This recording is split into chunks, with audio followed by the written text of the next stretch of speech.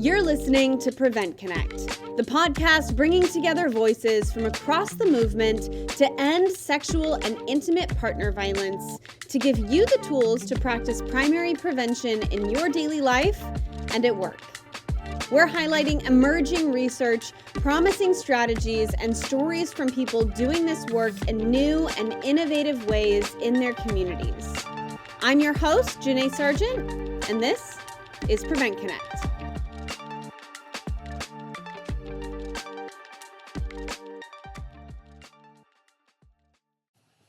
Hello, PreventConnect community.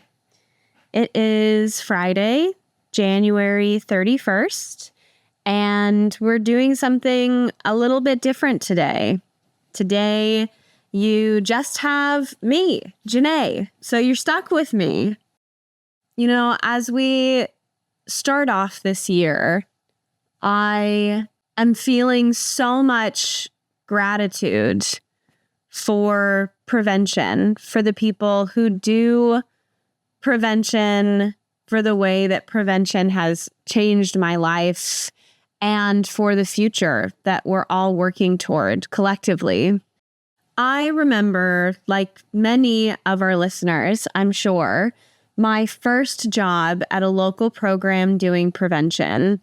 And what I expected to be doing when I got hired for that job was so different from what it ended up looking like. And I am just so thankful for that. Prevention has taught me to be creative. It has allowed me to connect with love and community care, resilience and strength in ways that I honestly just wasn't able to see before joining this movement. In my time working in prevention, I have met the most incredible people, some of whom are listening here today, others who have been guests on podcasts or web conferences or who attend our web conferences and light up the chat with such incredible knowledge and inspiration. For a lot of us, prevention is so much more than a job. It is a way that we see and move through the world, imagining a tomorrow that is better than today. A tomorrow where everyone is respected and cared for with dignity and can live their best potential in all ways and never experience violence. As preventionists, we hold a unique perspective that tomorrow isn't just a dream, that it's a reality. And that mindset is rare. It really, really is. I find such community with the people who do prevention.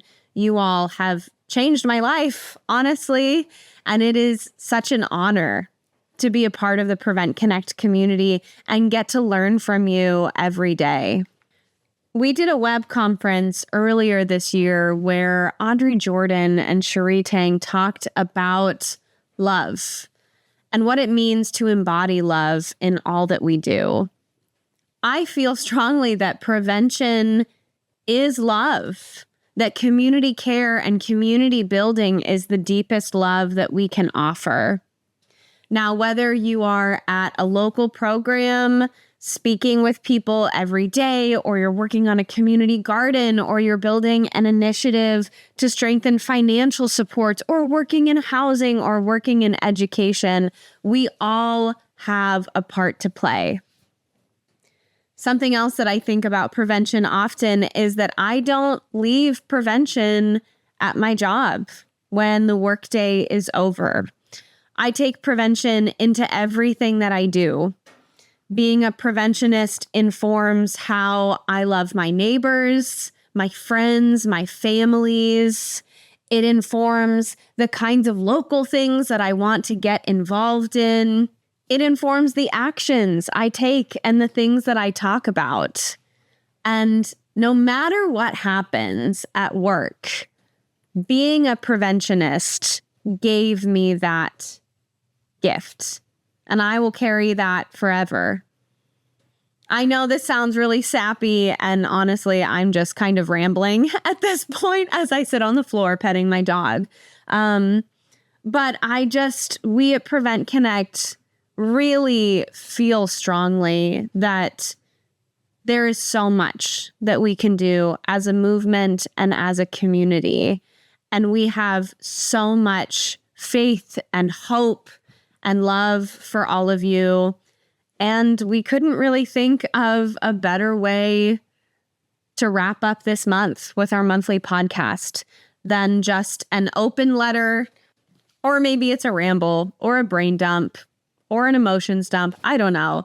Call it what you will, but a message to you all about not only how much we love you, but also how inspired we are by you, how inspired I am by you.